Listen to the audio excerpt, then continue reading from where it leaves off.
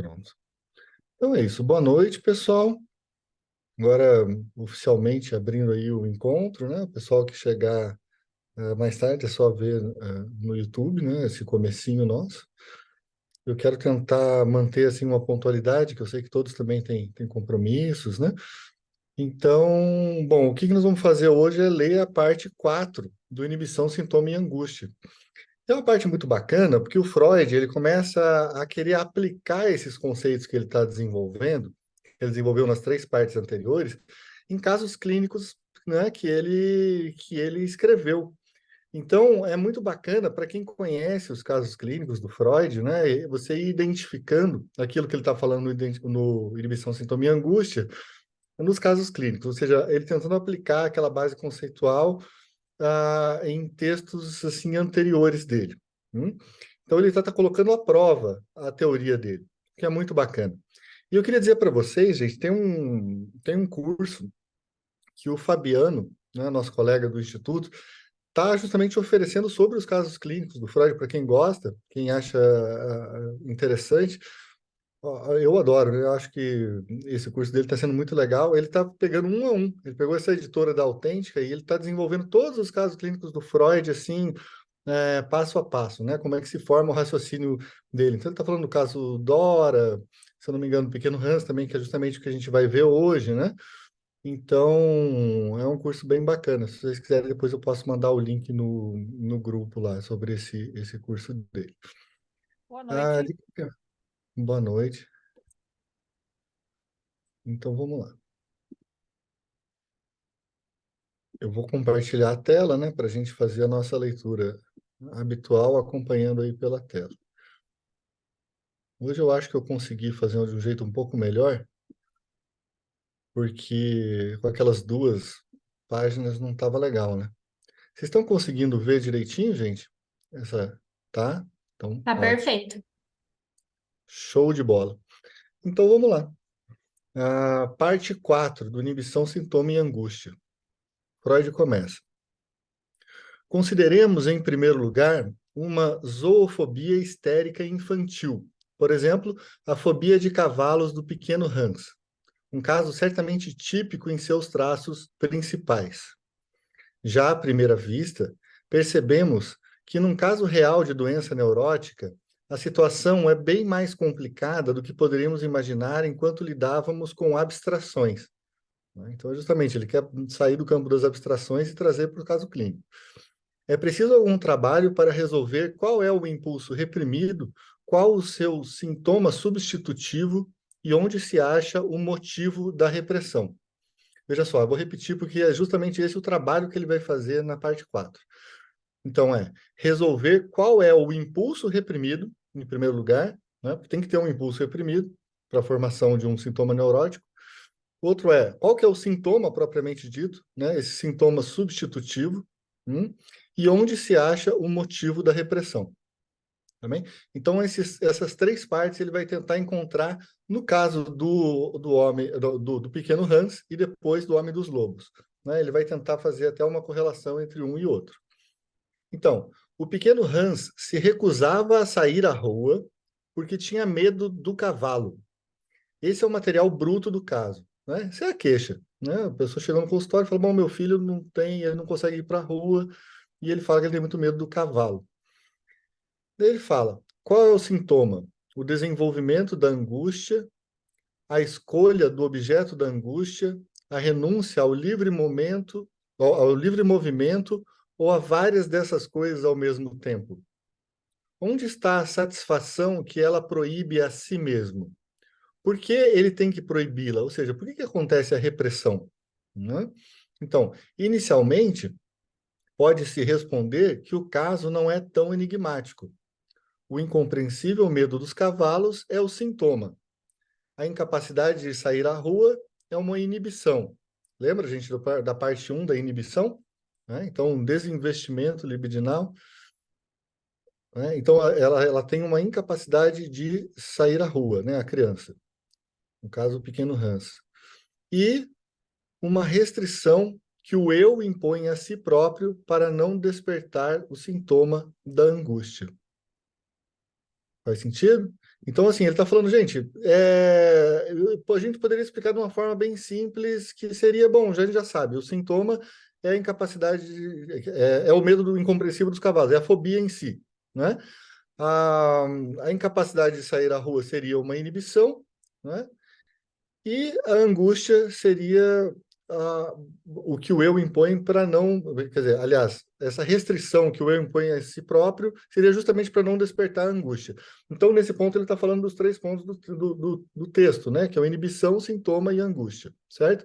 Só que aí ele vai achar que isso, apesar de correto, tem mais detalhes. E ele continua, então. Vê-se que a explicação desse último ponto é claramente correta, e essa inibição não será considerada na discussão subsequente. Então ele já entende, bom, a inibição existe, o sintoma existe, tudo bem. Mas por que a angústia funciona dessa forma? Quanto ao sintoma presumível, um conhecimento ligeiro do caso não nos mostra sequer sua verdadeira expressão. Como percebemos numa inquirição mais precisa, não se trata de uma angústia indeterminada ante um cavalo. Olha que importante isso. Não é qualquer angústia com cavalo. De fato, esse conteúdo busca se subtrair. Não, aliás, eu pulei um pedaço. Não se trata de uma angústia indeterminada ante um cavalo, mas da angustiada expectativa de que será mordida por ele, né? Ou seja, o Hans tem medo, não é de um cavalo, mas ele tem medo que o cavalo vai mordê-lo. Opa, isso é uma questão importante. Se você está no consultório e fala, tá, você tem medo do quê? Bom, eu tenho medo de aranha, mas você tem medo do quê com aranha? É o que que acontece? O que que vai passar? Né? Então, o Freud, ele vai dizendo que isso não é uma coisa geral. Você precisa investigar, né, essa manifestação. Seria esse o conteúdo, então, o núcleo do sintoma? Né? Aliás, de fato, esse conteúdo busca subtrair-se à consciência, né, o conteúdo que está por trás, e ser substituído pela fobia indeterminada, em que apenas a angústia e seu objeto aparecem. Seria esse, então, o conteúdo, então, o núcleo do sintoma? Não faremos nenhum progresso enquanto não considerarmos toda a situação psíquica do menino, tal como ela se desvenda no curso do trabalho analítico. Ele se acha na ciumenta e hostil postura edípica diante do pai, o qual, porém, ama intensamente, quando a mãe não surge como causa de discórdia. Ou seja, se não fosse a questão da triangulação edípica, né, esse menino tem um amor pelo pai. Acontece que esse amor pelo pai entra numa complicação porque ele quer a mãe e o pai é uma ameaça a que o menininho tenha essa mãe. O que que o menininho apresenta, então, quando ele não consegue ter a mãe por causa do pai? Bom, ele apresenta raiva, ele apresenta agressividade. Só que essa agressividade é aceitável para o Hans? Não. Né? É isso que a gente entende da leitura do caso do pequeno Hans. E ele tem que se haver com uma questão muito complicada, que é até mais complicada que a questão do sentimento de ódio em relação ao pai, porque ele não pode ter a mãe, que é o seguinte, a ambivalência dos sentimentos. Porque esse pai, se por um lado ele odeia porque ele não deixa que ele tenha a mãe, por outro lado ele também ama o pai. Né? E se ele ama o pai, então o que que ele vai fazer com isso? Ele não consegue resolver isso de uma forma fácil. E aí ele precisa fazer o quê, então? O que acontece nas neuroses fóbicas, não é? Fazer, então, um deslocamento do representante do pai para algo do exterior, para algo do mundo. E ele vai fazer, então, um deslocamento dessa figura ambivalente, aliás, da parte agressiva dessa figura ambivalente para fora do significante do pai.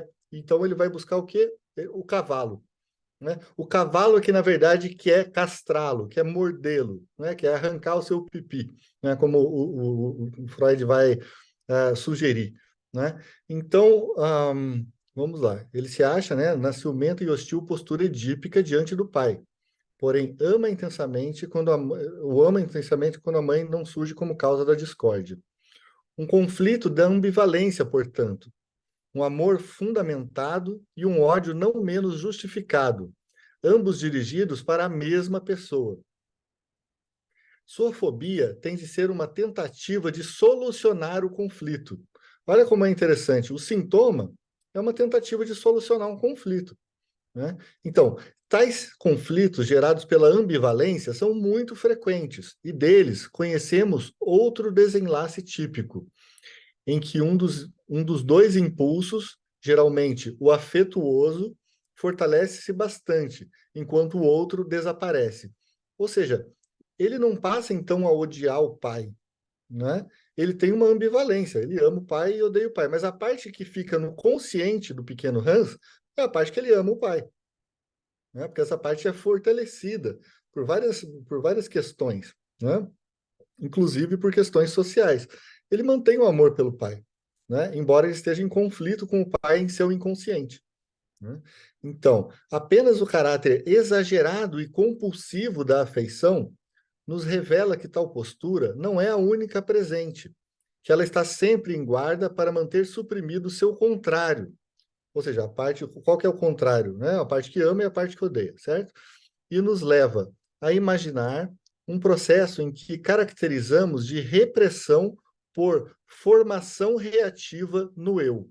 O que é uma formação reativa, gente?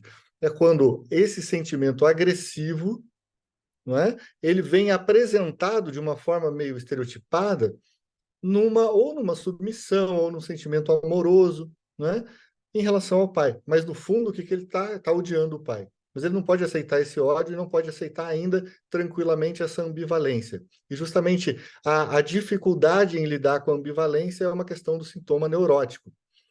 Só que o Hans, é bom a gente colocar aqui, ele está nessa fase, né, que o Freud vai chamar de na fase fálica, né, na questão que ele está passando pelo complexo de Édipo.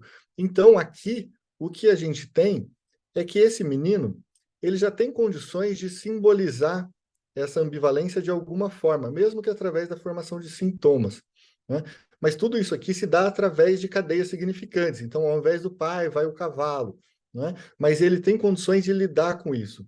Quando a ambivalência é imposta de uma maneira muito repentina e se destrói repentinamente de uma criança muito menor, né, a possibilidade daquela onipotência mágica infantil, então o que acontece é uma cisão, né? Aí a gente tem aquilo que a gente chamaria de um sofrimento não neurótico, né? Todo sofrimento não neurótico vem numa fase pré-edípica. Os sofrimentos edípicos vão ocasionar esses sintomas que a gente pode chamar de sintomas neuróticos, tá certo?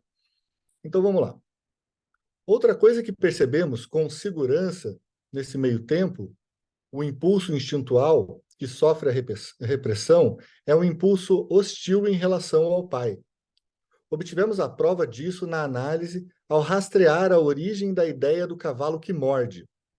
Hans viu um cavalo cair e também viu cair e se ferir um amigo com quem brincava de cavalinho. A análise nos autorizou a imaginar em Hans o desejo de que o pai caísse e se machucasse como o cavalo e o amiguinho. Ele vê um cavalo dos Correios passando, né, e caindo com aquele vagão dos Correios. E aí, o que ele sente? Ele se sente culpado, ele sente uma culpa inconsciente, né? Ele sente uma culpa inconsciente porque justamente ele estava desejando que algo de mal acontecesse com aquele cavalo, que no fundo representava o pai, né? Só que daí ele começa a esperar uma retaliação desse pai, porque ele está justamente tratando com questões de, tá, mas e se eu consigo sacanear o pai? E se esse pai me retaliar? Né? E se esse pai vier e me castrar? É justamente essa castração que ele encontra na imagem do cavalo que morde, né? Então, a análise, tá?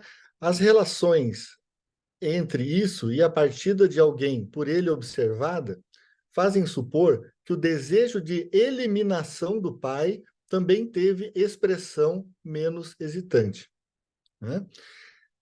Mas tal desejo equivale à intenção de eliminá-lo ele próprio, ao impulso homicida do complexo de Édipo, né? Então tem que imaginar que essa criança, né, uma criança pequena, passando pela fase fálica, encontra-se então, né, com essa questão ambivalente de, bom, eu odeio meu pai, eu queria que ele morresse para eu poder ficar com a minha mãe, mas ao mesmo tempo, meu Deus, meu pai não pode morrer porque eu amo meu pai. Então eu odeio o cavalo, na verdade eu odeio, mas o cavalo é que vai me odiar, porque daí ele faz uma inversão de polaridade, entende? E o Freud vai discutir isso aqui para frente. Até o momento, não há ligação entre esse impulso reprimido e o seu substituto, que supomos existir na fobia de cavalos.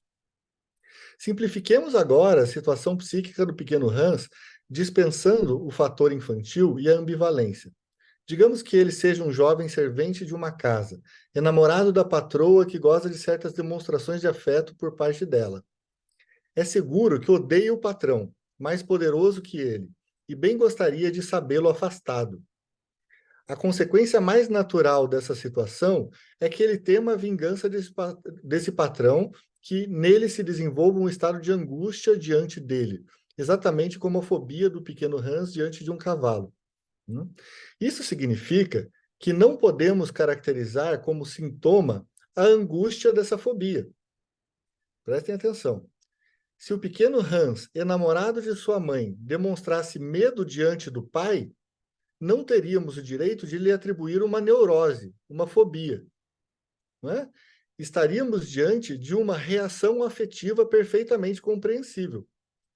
Então, o que ele está falando aqui é justamente o que a torna uma neurose é unicamente outra característica, a substituição do pai pelo cavalo. Né? Porque se fosse o medo do pai, bom, seria um medo, então, seria um conflito afetivo, mas não estaria ligado a uma substituição que é necessária para que a gente possa chamar algo de sintoma.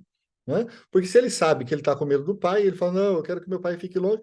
Não, ele está, então, num conflito com o pai. Um conflito com o pai não é um sintoma. Não é? Porque aí é literalmente aquilo de quem ele tem medo. É preciso que haja uma simbolização, e por isso que o sintoma neurótico só pode acontecer em quem está justamente no simbólico. Não é? No estágio pré-simbólico, você não consegue ter sintomatologia neurótica. Não é? Esse deslocamento, portanto, produz aquilo que pode ser denominado sintoma. Ele é aquele outro mecanismo que permite a resolução do conflito de ambivalência sem a ajuda da formação reativa. É tornado possível ou facilitado pelo fato de os traços congênitos do modo de pensar totêmico ainda serem facilmente reanimados nessa tenra idade. Ele está remetendo aqui, gente, ao texto do Totem e Tabu dele, né? Inclusive, a gente tem um curso que foi gratuito também sobre Freud e a sociedade, um dos textos foi o Totem e Tabu, tá certo? Tá tudo disponível lá no YouTube. Então, o fosso entre animais e seres humanos ainda não é reconhecido. Certamente não é tão enfatizado como vem a ser depois. O homem adulto, admirado, mas também temido, acha-se ainda no mesmo plano que o grande animal, que a criança inveja em tantas coisas, mas contra o qual é admoestada, já que pode ser perigoso. Né? Então, justamente a sensação de perigo que ele tem em relação a esse ódio que ele sente do pai é o que faz com que ele precise fazer o deslocamento para fora, não é? E que o sintoma não se dê da forma como a gente esperaria a princípio, que seria o Hans odeia cavalo. Ou seja, ele odeia o pai, mas ele não pode odiar o pai. Então você faz um deslocamento para o cavalo e ele passa a odiar o cavalo. A questão é que o Freud está falando que é um pouco mais complexa. Ele odeia o cavalo, mas assim como odeia o pai. Mas a questão é que esses seres poderosos, que são muito maiores que ele, podem, por causa de ele ter odiado esses seres para roubar-lhes, por exemplo, roubar-lhe a esposa, né? Assim como o caso que ele fala de uma pessoa que trabalha e aí a patroa começa a ter demonstrações de afeto, ele se apaixona pela patroa, quer que o patrão morra, mas ao mesmo tempo ele se sente com medo que o patrão vá retaliar, né? Que foi o que ele falou antes. Então é justamente esse cavalo se volta contra o Hans porque é odiado, entende? Então é odiado assim inconscientemente como sendo o deslocamento da figura do pai. Fica claro até aí, gente? É, né? Então vamos lá. Até aqui tudo está claro para nós. Marcos, manda brasa. Boa noite a todos os colegas. Boa noite. Uma questão desse deslocamento, eu queria que talvez fosse possível na leitura, fizesse algum comentário, porque essas questões do deslocamento e também da condensação são mecanismos bem primários do inconsciente, né? Então, como que se dá esse deslocamento da imagem do pai para a figura do cavalo, e se existe alguma condensação aí posta, né? Eu penso que o ato de morder, né, O medo do cavalo não é o cavalo em si, né? Mas que ele vai avançar contra a criança e vai mordê-la, quem sabe, na mão, ou arrancar partes do seu corpo como uma castração, né? Talvez assim Uhum. para ilustrar esses movimentos do inconsciente, que é a condensação e o deslocamento, né? Como é que isso se dá? Mas assim, sem prejuízo na leitura, né? Que está muito bem, está muito legal. Isso, não, é muito bacana essa parte quando ele está falando justamente desse deslocamento. Na verdade, aqui ele não está dando essa ênfase, né? Ele trabalha muito bem essa questão do deslocamento e da condensação no capítulo 7 da interpretação dos sonhos, né? Então, são mecanismos do inconsciente, né? Dessa cena primária. Então, a questão toda é que no inconsciente as associações, né, entre os representantes, porque o Freud ele não chama como Lacan de significantes, né, ele vai chamar de representantes. Então, o que é um signo, né? O que é um símbolo? Um símbolo é algo que precisa estar no lugar daquilo que não está lá, não é? Então, você imagina que a palavra cavalo não é um cavalo, não é? Mas ela substitui um cavalo para que você possa pensar. Então, ela tem um conceito ali, não é? Um significante que se liga a um significado, formando, então, um signo linguístico. O que acontece é que esses signos eles se articulam entre si de várias maneiras, né? Então, você tem uma cadeia associativa que pode ser, por exemplo, o pai é forte, o cavalo é forte, como o pai, né? Então, a questão da força ou do poder, por exemplo, que ele vê no cavalo, que é muito maior do que ele, faz com que, então, a semelhança que haja entre pai e cavalo torne possível um deslocamento na cadeia associativa. E se ele não poderia pensar conscientemente na agressividade em relação ao pai, por questões óbvias, e do amor que ele sente pelo pai, da ambivalência disso, ele então encontra uma possibilidade se ele o fizer através do medo que ele tem então do cavalo, não é? O cavalo já é um significante que, veja, com as crianças é interessante porque normalmente as cadeias associativas são mais curtas. Então, assim, é mais fácil você entender. Ah, bom, um cavalo que é que nem o quem? Ah, é que nem meu pai. Ah, o meu pai é forte.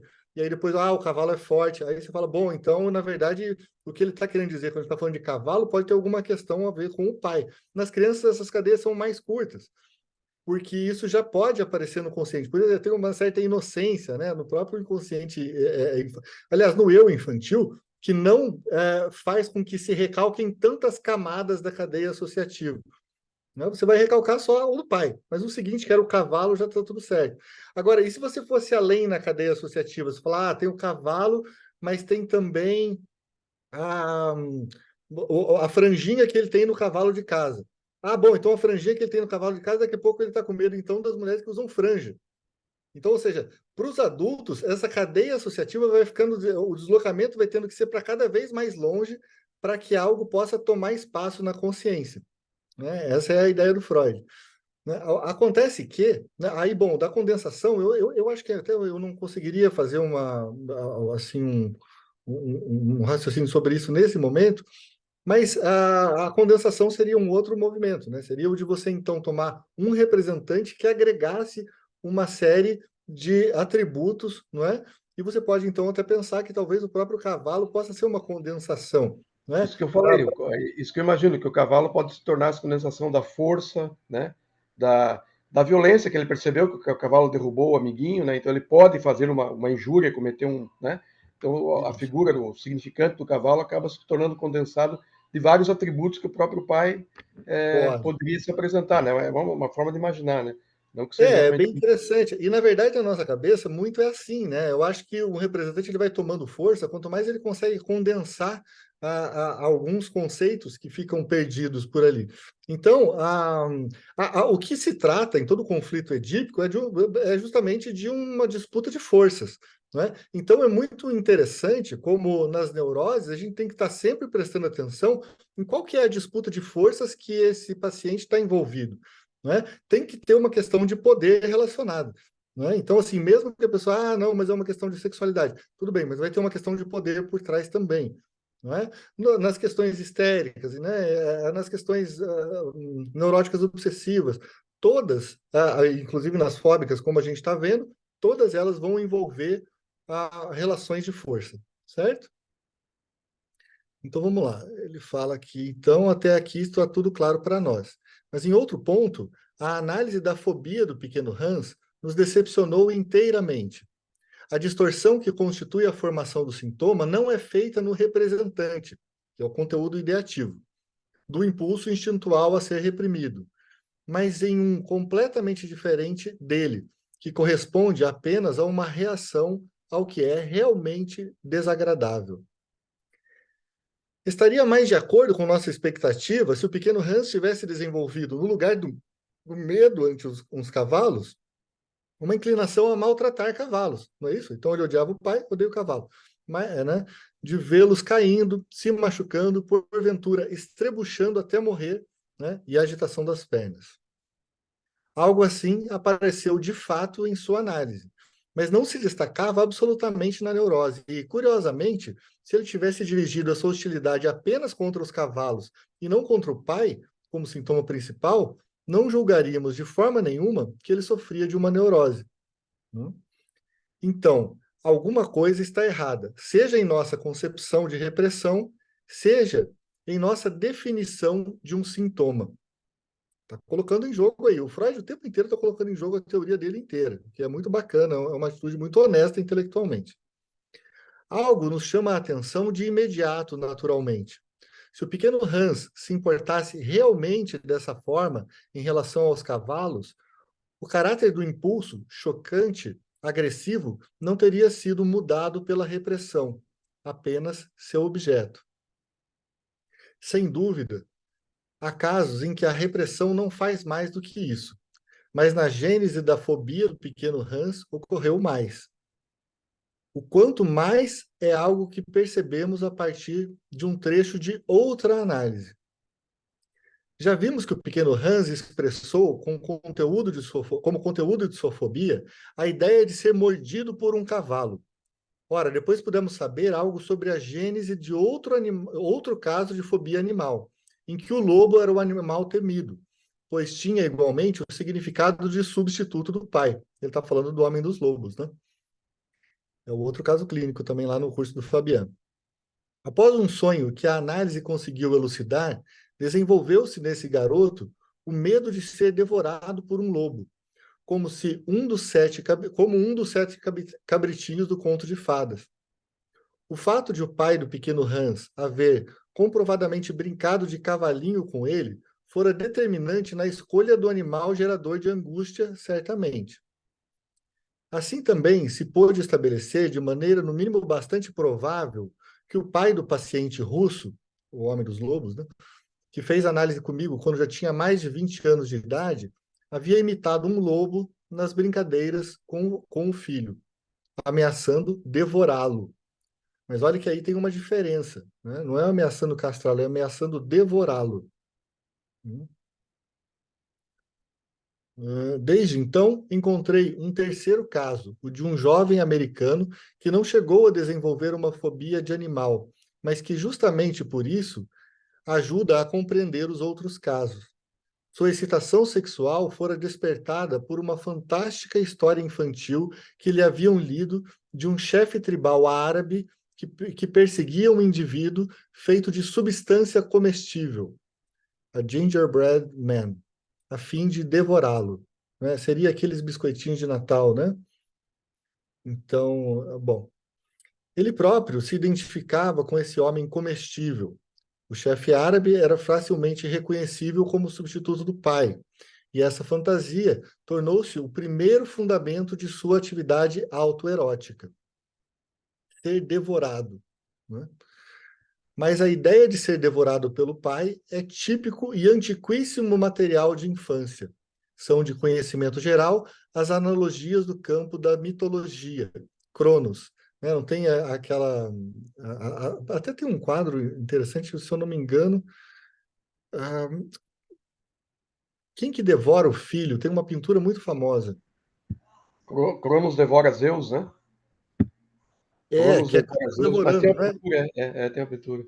Aí você É colocar muito... ali no Google, você acha a pintura, né? Cronos Ah, devorava todos os seus filhos, né? Todos os seus filhos. Justamente, justamente. Então, o que o Freud está dizendo é, bom, essa fantasia que o americano teve, ele falou, bom, isso aí é uma fantasia que na mitologia está cheia de exemplos, né? E aí, bom, depois a gente coloca lá no, no nosso no nosso WhatsApp essa imagem. Se alguém puder fazer esse favor, inclusive de enviar lá. Ah, O eu tô interessante, o o, interessante é que Cronos é tido como deus do tempo, né? Daí a do figura que o tempo a todos devora, né? Paz isso. para todos, né? Uma ponte aí. Justamente, justamente. E aí depois a gente poderia fazer coisas interessantíssimas a respeito do tempo, né, e da ambivalência e da formação dos sintomas, porque, bom, enfim, mas não vou viajar. Vamos nos ater ao texto aqui. Apesar dos antecedentes, a ideia é tão estranha para nós que apenas com dificuldade a admitimos numa criança. Tampouco sabemos se ela realmente significa o que parece exprimir, e não compreendemos como pode se tornar objeto de uma fobia. A observação analítica nos traz a informação necessária, porém. Ela nos ensina que a ideia de ser devorado pelo pai é a expressão degradada de forma regressiva, olha a importância disso aqui, de forma regressiva de um impulso terno passivo, né? O de ser tomado como objeto de amor pelo pai, no sentido do erotismo genital. A história subsequente do caso do paciente russo não deixa dúvidas quanto à natureza correta dessa interpretação. É verdade que o impulso genital já não revela nenhum traço de sua intenção terna quando é expresso na linguagem da fase de transição superada entre a organização libidinal oral e a sádica, né? Além disso, trata-se apenas de uma substituição do representante psíquico por uma expressão regressiva. Olha que importante isso aqui, gente. Trata-se de uma substituição do representante psíquico por uma expressão regressiva ou de uma verdadeira degradação regressiva do impulso genitalmente orientado no id. Não parece nada fácil decidir. A história clínica do Homem dos Lobos russo favorece resolutamente resolutamente a segunda, a mais séria possibilidade, porque a partir do sonho decisivo, ele se conduz de modo malcriado, atormentador, sádico, desenvolvendo uma autêntica neurose obsessiva logo em seguida. De toda forma, percebemos que a repressão, olha só isso, gente, é muito importante. De toda forma, percebemos que a repressão não é o único meio de que o eu dispõe para se defender de um impulso instintual desagradável. Se ele consegue levar o instinto à regressão, né, a uma outra fase do desenvolvimento psicossexual, prejudica-o ainda mais fortemente, no fundo do que seria possível através da repressão. No entanto, às vezes, faz a repressão suceder à regressão obtida. É importante esse ponto, gente. Que veja, às vezes a gente não está entendendo um sintoma, ele parece meio esquisito, porque fala, olha, ah, essa pessoa não é uma pessoa psicótica, mas esse sintoma dela parece um sintoma meio estranho, ele tem a ver com uma oralidade. E por que que ele estaria, então, tendo uma manifestação de oralidade, sendo que a questão dele seria uma questão edípica, que se daria, em tese, mais fortemente, de acordo com Freud, nessa triangulação edípica, né, que é mais comumente observada na fase fálica, como é no caso do pequeno Hans. O que ele está falando é que esse sintoma ele pode fazer com que haja, aliás, essa angústia pode fazer com que haja, em primeiro lugar, uma regressão psicossexual para fases anteriores do desenvolvimento. Então, você tem a fase oral, depois você tem a fase anal, depois você tem a fase fálica, não é isso? Então, o que acontece na fase fálica pode levar o indivíduo, né, o sujeito, na verdade, a regressão para um sintoma que, na verdade, se dê de uma forma ligada à analidade, por exemplo, ou à oralidade, né? Então, essa regressão pode vir à tona e ainda assim ser reprimida de novo. E quando ela é reprimida, ela volta, por exemplo, com uma vontade de se tornar um bonequinho de gengibre e ser devorado pelo pai. Ué, mas o que isso tem a ver com sexualidade? o Freud está dizendo, tem a ver com sexualidade, porque aquilo que tinha mais a ver com a genitalidade foi regredido, né? Foi regredido. Então, ali não está parecendo que tem a ver com castração, né? Mas é porque você não está observando que houve uma regressão ante uma angústia que era, sim, fálica, ligada ao poder. Pois não? Desculpa interromper a tua explicação. Eu teria uma pergunta em relação ao ponto onde a regressão vai se dar. Por Uhum. exemplo, para a fase oral ou para a fase anal, indiferente, isso tem a ver com quão seguro ele se sentia naquele momento ou com o nível de resolução que teve naquele momento daquela fase? Ótimo, ótima pergunta. É isso mesmo. Você tem que imaginar o que, que acontece, por exemplo, quando um bebê, né, tem um irmãozinho que chega em casa. O bebê regride, né? Ele regride para onde? Para uma fase em que ele se sentiria, então, pelo menos diante dessas ameaças ambientais, mais seguro, né? Então, o que acontece? O bebê, que ele já estava assim, não era nem um bebê, era uma criança pequena, a criança estava com 4 anos, ela não usava fralda já fazia mais de um ano e tal. Chega um irmãozinho novo em casa, ele começa a fazer xixi na calça, e ele começa assim a ter uma série de comportamentos assim que são bem nenenzinhos mesmo. E quem tem filhos, gente, tá cansado de saber disso, né? O tanto que a criancinha maior pode regredir com a chegada do irmãozinho. Então, claro, bom, o mundo dele foi ameaçado, ele regride, né? Regride. Não quer dizer que ele não veja o mundo do ponto de vista de uma criança da sua fase de desenvolvimento psicossexual. Mas a demonstração que ele dá de que ele se sente mais seguro, então, numa etapa anterior, né, faz com que a regressão seja um mecanismo muito importante para lidar com a angústia. Então, a angústia do irmãozinho que chegou, ele pode lidar como regredindo. Percebam, gente, o tanto que isso acontece no consultório, quando um paciente que aparentemente ia muito bem em suas cadeias associativas, de repente ele alcança um ponto que é muito angustiante. Na sessão seguinte, volta regredido. Volta regredido, e é interessante isso. E às vezes é um pouco enervante também para o analista, porque você fala, poxa, mas como é que a gente já tinha chegado até longe e aí de repente você volta regredido dessa forma? O que que aconteceu? Aconteceu que você foi longe. E aí foi longe, tocou na angústia. Bom, tocou na angústia, você regride. Fala, Marcos. Essa regressão, eu li em algum local, acho que foi na 23ª conferência lá, que Freud fala sobre caminhos de formação do sintoma, ele comenta que tem muito a ver com uma fixação, né? Bem como você falou, né?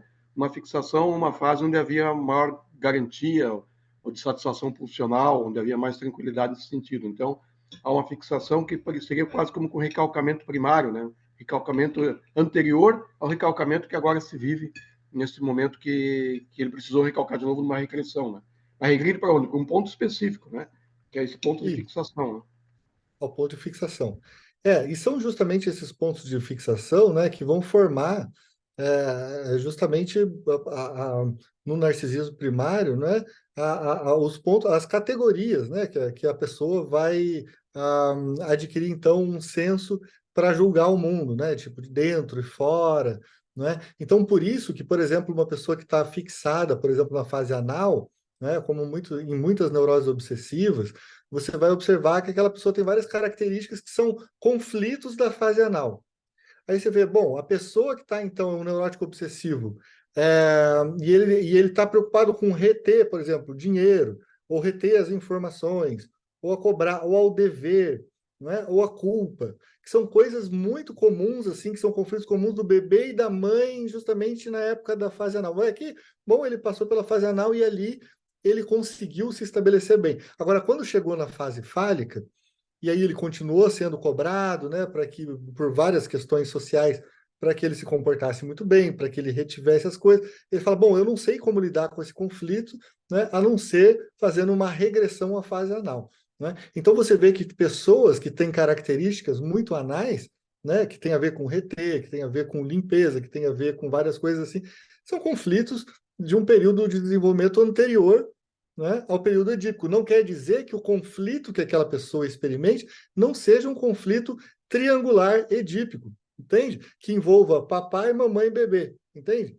Ou seja, tem o castrador, tem a mãe que ele estava numa união muito boa e que ele queria continuar por ali, tem a impotência dele frente a esse pai castrador, e aí, bom, como é que ele vai lidar com isso? Depende dos pontos de fixação, justamente, Marcos. Então, a ideia é que, bom, ela pode lidar com isso através de uma regressão, por exemplo, à analidade, e aí o que vai aparecer são uma série de sintomas. Você fala, poxa, mas isso não tem a ver com uma criança de 5 anos, tem a ver com uma criança de 2.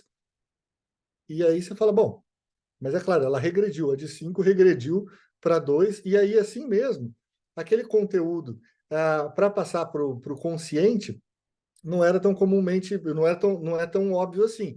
Ele pode, às vezes, ser recalcado de novo. E quando é recalcado, tem o retorno do recalcado através da formação do sintoma, né? Porque o próprio conteúdo, mesmo que regredido, pode gerar angústia, e aí pode receber uma carga de angústia pelo eu, não é isso que o Freud está falando nesse texto? Que o eu lança uma carga de angústia sobre as representações, né, que vão provocar uma angústia posterior. Né? Então ele percebe isso, o eu, né, e lança a mão de uma ferramenta, que é justamente a angústia. Então, continuando aqui, Carlos, manda brasa. Oi, desculpa, tá me ouvindo? Estou te ouvindo. Fiquei curioso. A questão da regressão, né, ela sempre vem exemplificada em crianças e tal. Ela pode ser extrapolada para pessoas mais velhas, inclusive bem mais velhas, que já tiveram toda uma vida e uma construção dentro da sociedade, de uma persona, de uma formação, e que voltam para um ponto assim anterior, por exemplo, uma pessoa que para uma profissão totalmente e vai viver uma vida que é considerada fora maluca, sei lá, vive na rua, talvez. Isso tem a ver com regressão, inclusive? Bom, esse seu caso eu não sei se eu peguei muito bem da pessoa que foi para viver na rua e tal, mas eu acho que aí talvez seja um pouco mais complicado. Mas a gente pode imaginar tranquilamente regressões em pessoas adultas, né? Você vê pessoas que às vezes falam assim, meu, mas você tá uma criancinha. Você nunca viu, tipo, eu tenho um amigo, uma amiga que se fala, ué, mas tá falando comigo o quê? Uma pessoa de 30 anos ou é uma pessoa de 5? Ou quando a gente fala para a pessoa, "Ei, mas está muito quinta série mesmo, né?" Ou seja, isso a gente está falando justamente de pessoas que estão regredidas. E por que elas estão regredidas? Porque elas se viram diante da angústia. Marcos? Aliás, só um comentário para corroborar isso que o Carlos colocou. Quando se faz clínica de adultos, na verdade, a clínica transparece a clínica do infantil, da Isso. fantasia dessa pessoa, né, que a repete, né, retorno ao recalcado, às vezes por dezenas de anos, às vezes, né, se não a própria análise pode, de algum modo, levar ele a ir adiante, né, ele está sempre repetindo, uma compulsão à repetição, né. Voltando a esse ponto de fixação ou de regressão, então parece que às vezes, quando você está falando da clínica de adultos, a tua clínica está cheia, na verdade, de crianças, né, de crianças que estão procurando se resolver, mesmo décadas depois de já serem adultos. Né? Tem aquela anedota, né, de que perguntaram para o Freud se ele não atendia crianças. Ele falou, não, eu só atendo crianças. Né? É porque, no fundo, todas essas pessoas que aparecem na clínica, e quando você tem uma transferência bem estabelecida, né, essa transferência se dá justamente no momento em que a pessoa ela também encontra uma possibilidade de regressão junto ao analista. E nessa regressão é que você pode justamente perceber quais são os elementos constituintes daquele sintoma que aparece na clínica do adulto, entende? Mas é preciso que o adulto se torne meio que uma criancinha, sabe? É claro que daí a criancinha que está lá birrenta no teu consultório, falando mal da esposa, falando mal do marido, né? Eu até acho que é muito interessante ver como que os homens, muitas vezes, regridem muito rapidamente, né? E de repente você vê um menininho birrento, assim. Às vezes as mulheres parece que demoram um pouco mais, eu não sei, né? Na experiência clínica de vocês, não sei o que vocês sentem, mas os homens, assim, rapidamente viram criancinhas, o que é muito interessante. Então, essa regressão ela é necessária, inclusive, para a clínica, né? E o Freud nota isso em vários momentos também. Então, sim, é possível, sim. Eu não lembro onde é que eu parei, gente. Eu estava aqui nesse se ele consegue levar o instinto de regressão, a regressão prejudica-o mais fortemente no fundo do que seria possível através da repressão. Né? No caso, essa é a tradução da Companhia das Letras, mas o recalque seria outra possibilidade aí, tá? No entanto, às vezes, faz a repressão suceder à regressão obtida, é o que a gente falou agora. O caso do Homem dos Lobos e aquele um tanto mais simples do pequeno Hans suscitam várias outras reflexões, mas duas coisas inesperadas já percebemos agora. Não há dúvida de que o impulso instintual reprimido nessas fobias é um impulso hostil ao pai. Olha só, interessante, né? Hostil ao pai. Mas ser devorado pelo pai como um bonequinho de não sei o que é hostil ao pai? Sim, é o que o Freud está dizendo. Pode-se dizer que ele é reprimido mediante o processo de transformação no contrário. Olha que interessante. Será que não era ele justamente que queria devorar o pai, ou queria destraçalhar o pai, né, como um bebezinho, né? Mas aí ele, então, ele se coloca no lugar contrário, porque isso geraria angústia demais. Então ele precisa fazer uma inversão de polaridade. E em muitas inversões de polaridade, se coloca, então, o eu como objeto passivo da agressão. Isso a gente encontra o tempo inteiro na clínica. A pessoa que ela tem uma agressividade enorme em relação à mãe, ao pai, mas ela se coloca como meus pais querem me matar, meus pais me odeiam. Então, a fazer com que a pessoa aceite e consiga trabalhar o seu conteúdo de agressividade, porque a gente está muito focado, né, nas questões de sexualidade, tudo mais. Então, mas e a agressividade que está envolvida nisso? Né? Porque sempre tem uma ambivalência aí. Então, você precisa estar muito esperto para saber para onde que está indo a agressividade desse paciente. Né? Porque se essa pessoa não apresenta agressividade nenhuma, poxa, desconfie que isso é uma questão muito importante de inversão de polaridade. Né? Então, ou seja, essa é uma possibilidade, né? Uma possibilidade clínica. Então, no lugar da agressividade contra o pai, surge a agressividade, a vingança do pai contra a própria pessoa. Como de toda forma, tal agressividade tem raízes na fase libidinal sádica, basta-lhe apenas uma degradação até o estágio oral. Né? Quando ele está falando de sádico, normalmente ele fala de sádico anal. Né? Mas aqui, então, a gente pensa que é uma agressividade que tem raízes, não é? Muito na neurose obsessiva, numa fase libidinal sádico-anal, por exemplo. Então, se você está na sádico-anal, você vai fazer uma regressão para onde? Para a fase oral, para o estágio oral, certo? Então, é muito comum que, às vezes, um neurótico obsessivo apresente alguma questão de oralidade, por exemplo, certo? Que em Hans é apenas insinuado pela ideia de ser mordido, mas no russo é vivamente apresentado no temor de ser devorado. Né?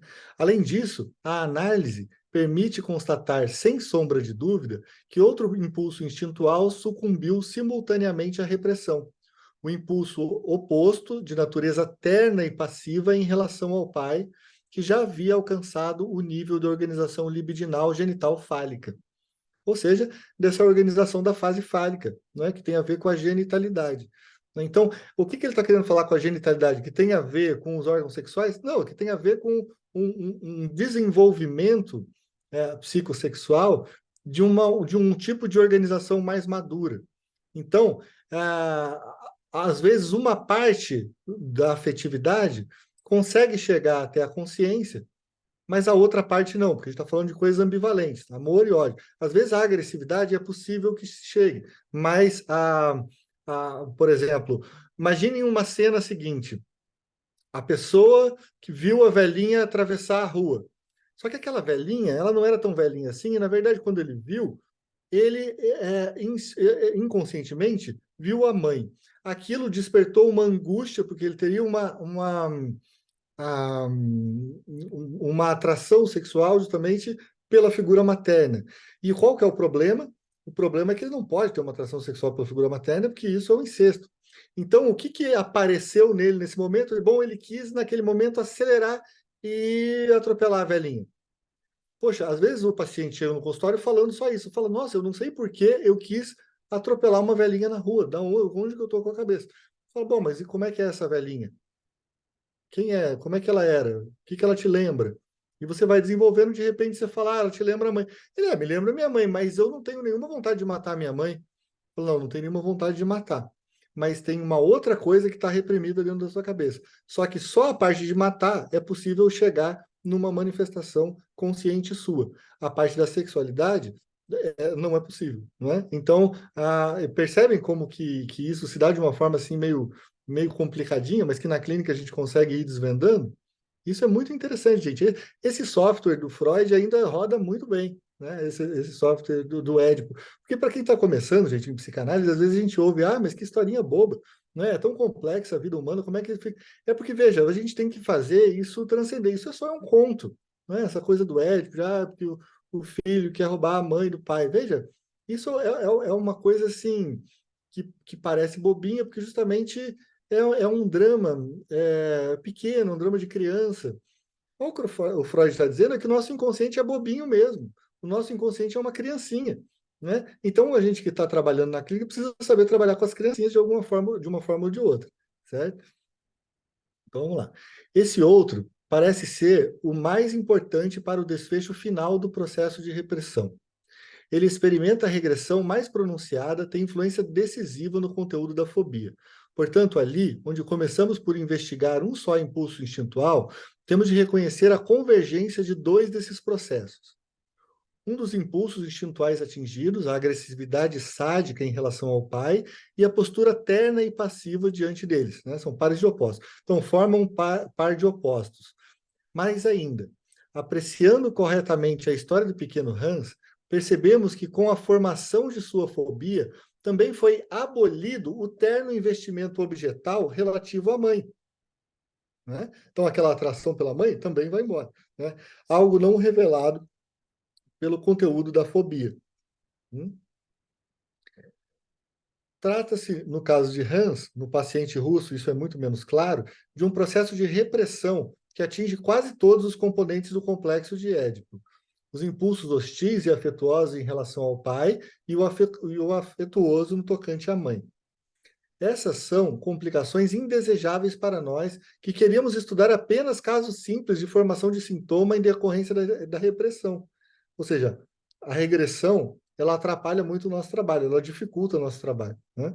E com esse objetivo, voltamos para as primeiras e aparentemente mais transparentes neuroses da infância. Em vez de uma única repressão, deparamos com uma série delas. E, além disso, lidamos com a regressão. Talvez tenhamos aumentado a confusão ao pretender pôr no mesmo saco as duas análises de fobia a animais disponíveis, a do pequeno Hans e a do homem dos lobos. Determinadas diferenças entre elas são agora evidentes para nós. Agora, apenas do pequeno Hans, pode-se dizer com segurança que sua fobia se deu conta nos dois principais impulsos do complexo de Édipo. O impulso agressivo para o pai e o bastante afetuoso em relação à mãe. É certo que também havia o impulso afetuoso em relação ao pai. Ele teve um papel na repressão de seu oposto. Então, o que ele está dizendo é que um lado do instinto pode ajudar a reprimir o outro, não é? Que se opõe a ele. Mas não podemos demonstrar que era forte o bastante para suscitar uma repressão, nem que tenha desaparecido depois. Hans parece ter sido um garoto normal, com o assim chamado complexo de Édipo positivo. É possível que os fatores que não encontramos atuassem nele também, mas não temos como evidenciá-los. Até o material de nossas análises mais exaustivas tem lacunas. Nossa documentação é incompleta. No paciente russo, o defeito está em outro lugar. Sua relação com o objeto feminino foi perturbada por uma sedução precoce. O lado passivo, feminino, acha-se nele bastante desenvolvido. E a análise dos seus sonhos com os lobos não revela muito da agressividade pretendida contra o pai, fornecendo, isto sim, provas inequívocas de que a repressão diz respeito à atitude passiva, afetuosa para com o pai. Também aqui não se exclui a participação de outros fatores, mas eles não sobressaem. Se, apesar dessas diferenças entre os dois casos, que quase vem a ser uma contraposição, o resultado final, a fobia, é praticamente o mesmo. Temos de buscar a explicação para isso em outro lugar. Ela vem da segunda conclusão do nosso pequeno estudo comparado. Acreditamos conhecer o móvel da repressão nos dois casos, e vemos seu papel fundamental confirmado pelo curso que toma o desenvolvimento das duas crianças. É o mesmo nos dois casos, o medo de uma castração ameaçada. É por medo da castração que o pequeno Hans abandona a agressividade para com o pai Seu medo de que um cavalo o morda pode ser estendido de maneira não forçada, como o medo de um cavalo morder-lhe o genital de castrá-lo. Mas por medo da castração, também o pequeno russo, o homem dos lobos, renuncia ao desejo de ser amado pelo pai como objeto sexual, pois compreendeu que tal relação teria por pressuposto que ele sacrifique seu genital, aquilo que o diferencia das mulheres. Ambas as formas do complexo de Édipo, a normal, ativa e a invertida, fracassam devido ao complexo da castração. A angustiada ideia do russo de ser devorado por um lobo não contém alusão nenhuma à castração. Distanciou-se muito da fase fálica mediante a regressão oral, é verdade, mas na análise do seu sonho torna qualquer outra prova supérflua. É também um sólido triunfo da repressão o fato de nada mais no teor da fobia aludir à castração. Eis agora o resultado inesperado. O móvel da repressão é o medo da castração. Olha que interessante, né, gente? Por que o medo da castração pode se dar e ser representado, no caso do Homem dos Lobos, não é? Pelo medo de ser devorado por um lobo, como um dos carneirinhos do cordeirinhos, né? No sonho que ele tem, né?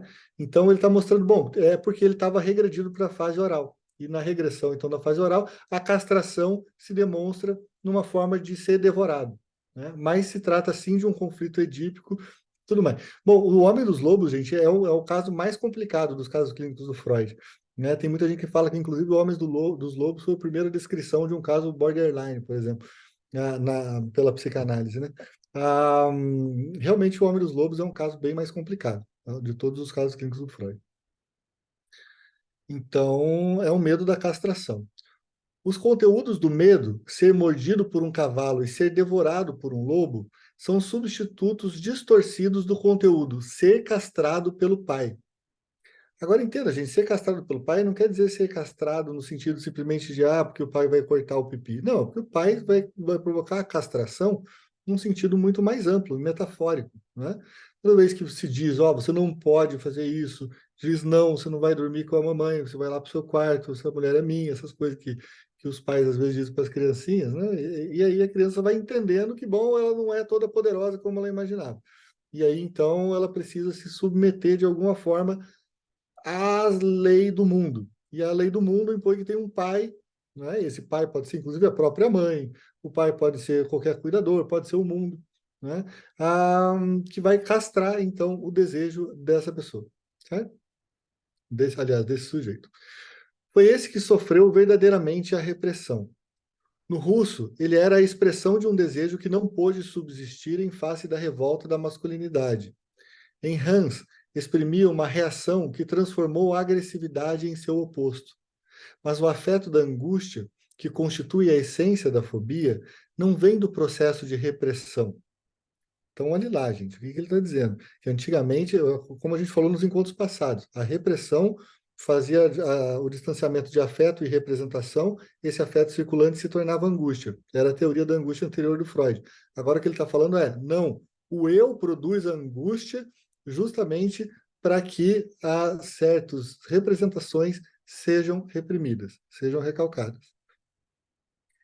Mas o afeto da angústia, que constitui a essência da fobia, não provém do processo de repressão, não vem dos investimentos libidinais dos impulsos reprimidos, mas da instância repressora mesma. Quem é a instância repressora mesmo? O eu, né? A angústia da fobia de animal é o medo da castração inalterado, ou seja, um medo realista. Angústia ante um perigo propriamente ameaçador ou considerado real. Aqui é a angústia que gera repressão e não, como julguei anteriormente, a repressão que gera angústia. Não é agradável lembrar, mas tampouco adianta negar. Muitas vezes sustentei que o representante instintual distorcido, deslocado, etc., pela repressão, mas a libido do impulso instintual é transformada em angústia, né? Justamente o que a gente estava falando. A investigação das fobias, que seria a mais indicada para demonstrar essa tese, não a confirma, portanto. Parece, isso sim, contradizê-la diretamente. A angústia da fobia animal é o medo da castração sentido pelo eu. Então, olha lá. A angústia da fobia animal é o medo da castração sentida pelo eu. A da agorafobia, né, essa fobia, né, de lugares abertos, de lugares externos, algo que foi menos estudado, parece ser medo da tentação, que em sua gênese deve estar relacionado ao medo da castração. Até onde podemos enxergar hoje, a maioria das fobias remonta a essa angústia do eu ante as exigências da libido. A postura angustiada do eu é sempre o elemento primário e instigador da repressão. A angústia não provém jamais da libido reprimida. Olha só o que ele está falando. Então, a angústia, ele mudou de ideia completamente mesmo. Não vem da libido reprimida. Se eu tivesse, olha, meu ato falho, se eu tivesse me contentado em dizer que aparece um montante de angústia, em vez da esperada manifestação da libido após a repressão, não teria nada a retirar atualmente. A descrição é correta. Entre a força do impulso a ser reprimido e a intensidade da angústia resultante, existe a correspondência que afirmei. Ou seja, os dois elementos estão lá de qualquer jeito, né? Ele só inverte a ordem das coisas. Mas confesso que acreditava fornecer mais que uma mera descrição, supunha haver percebido o processo metapsicológico da conversão direta da libido em angústia, algo que hoje não posso mais sustentar. Naquele tempo também não pude explicar como se realiza tal transformação. Mas de onde tirei a ideia dessa conversão? Do estudo das neuroses, quando ainda estávamos longe de distinguir entre os processos do eu e os processos do id. Vi que certas práticas sexuais, como coitos interruptos, excitação frustrada e abstinência forçada, geram ataques de angústia e uma predisposição geral à angústia. Sempre, portanto, que a excitação sexual é inibida, detida ou desviada em seu caminho para a satisfação. Como a excitação sexual é a expressão dos impulsos instintuais libidinais, não parecia muito ousado supor que a libido se transforma em angústia por influência dessas perturbações. Essa observação é válida ainda hoje. Por outro lado, não há como rejeitar que a libido dos processos do id experimenta perturbação instigada pela repressão. Ainda pode ser correto, então, que na repressão se forme a angústia a partir do investimento libidinal dos impulsos instintuais. Mas como harmonizar esse resultado com outro, segundo o qual a angústia das fobias é uma angústia do eu? Cadê? É uma angústia do eu que nasce no eu, não procede da repressão e sim a provoca. Não é? É toda a tese do inibição, sintoma e angústia. Né? Acaba que ele vai passando por muitos caminhos importantes para nós nesse texto, mas a tese dele é essa, né? É que o eu é que vai gerar a angústia para provocar a repressão, né? E não que, enfim, é o que a gente acabou de falar. Isso parece uma contradição e nada fácil de ser resolvido. A redução das duas fontes da angústia a uma só não é algo simples. Posso tentar fazê-lo com a suposição de que o eu, na situação do coito perturbado, da excitação interrompida, da abstinência, pressente perigos e a eles reage com angústia. Mas isso não nos leva adiante. Por outro lado, nossa análise das fobias não parece pedir correção. Non-liquid. Ou seja, essa expressão em latim está querendo dizer assim, esse assunto ainda não está liquidado. Né? Então, olha que interessante, gente, esse texto, quanta coisa importante ele traz, né, para a clínica, ele faz um apanhado de uma série de coisas. Esse texto vai ficando bom, ele vai ficando bom. Olha a riqueza, né, em termos da prática clínica mesmo, é muito grande, né, no inibição, sintoma e angústia. Né? Então, gente, algum comentário? O que vocês acham? Passamos um pouquinho do horário, né? Mas eu acho que também começamos um pouquinho mais tarde. O que lhes parece? Non-liquid. Não líquido, justamente. Esse é o espírito. Mesmo que a gente termine o texto, também vamos ter outras coisas aí pela frente, né? Eu Me até gostaria. parece, Me parece apenas que toda essa argumentação e o caminho que o Freud tece é de que ele vai e volta na tese anterior dele, que vem lá, acho que lá do texto Repressão, da época da metapsicologia, né? De que a 1915. angústia é a causa da repressão, né? Uhum. Ou melhor, que a repressão causa a angústia, né? E aqui ele diz que a angústia é a causa da repressão, mas me Isso. parece, de algum modo, até fantasioso da minha parte, de que as duas teses estão corretas, né? Isso. Talvez Eu acho que é um movimento primordialmente. meio paradoxal, né? Exato, paradoxal. Parece que em algum momento o motor da repressão seja a angústia. Qual a angústia? A angústia da castração, né? É o medo da castração. E diante você reprime, mas ao reprimir, alguma coisa fica que perturba Isso. o sujeito. Senão a repressão seria perfeita, né? Se a repressão Exato. resolvesse, não haveria necessidade de haver um sintoma depois, né? Repressão, resolvi e pronto. Seria como uma sublimação, né? Você conduziu para algum lugar e não se fala mais nisso, né? Mas como fica alguma angústia, algum certo desconforto, né? Me parece que as duas teses, em algum modo, permanecem, né? Apesar de Exatamente. Freud mesmo, nesse momento, não estar confiando muito nisso. Mas é interessante, né? Como o Freud tem justamente essa humildade, assim, epistemológica de trazer e botar à prova tudo que ele escreveu na vida, né? Então é muito interessante. Eu vou abrir agora o grupo para comentários lá no WhatsApp, né, gente? Vocês sabem como é um grupo muito grande, a gente está com umas 900 pessoas, por isso que eu não deixo muito aberto, porque senão aí todo mundo começa lá a dar bom dia, não sei o que, você recebe 500 mensagens até às 7 horas da manhã. Então, para isso, eu deixo fechado. Mas agora eu vou deixar aberto ali por um período para que a gente possa, quem tiver vontade, colocar alguma questão, inclusive sobre os encontros. Você pode fazer sugestão de outros textos que a gente pode ler no futuro, né? Eu gostaria que justamente a gente fosse, aos poucos, formando uma comunidade, não é isso? Então, a ideia é essa, né? Vamos ler Freud juntos, eu acho que é muito importante, né? A formação psicanalítica sem leitura de Freud enfim, é um absurdo, né? Então vamos lá, gente, muito obrigado pela presença de vocês e pelas participações também, né? E a gente se vê então, a princípio, na próxima semana. Caso haja algum inconveniente, eu aviso vocês antes, certo? Grande abraço, pessoal. Interrompo Obrigada, aqui o Eduardo. compartilhamento. Até logo, tchau, tchau.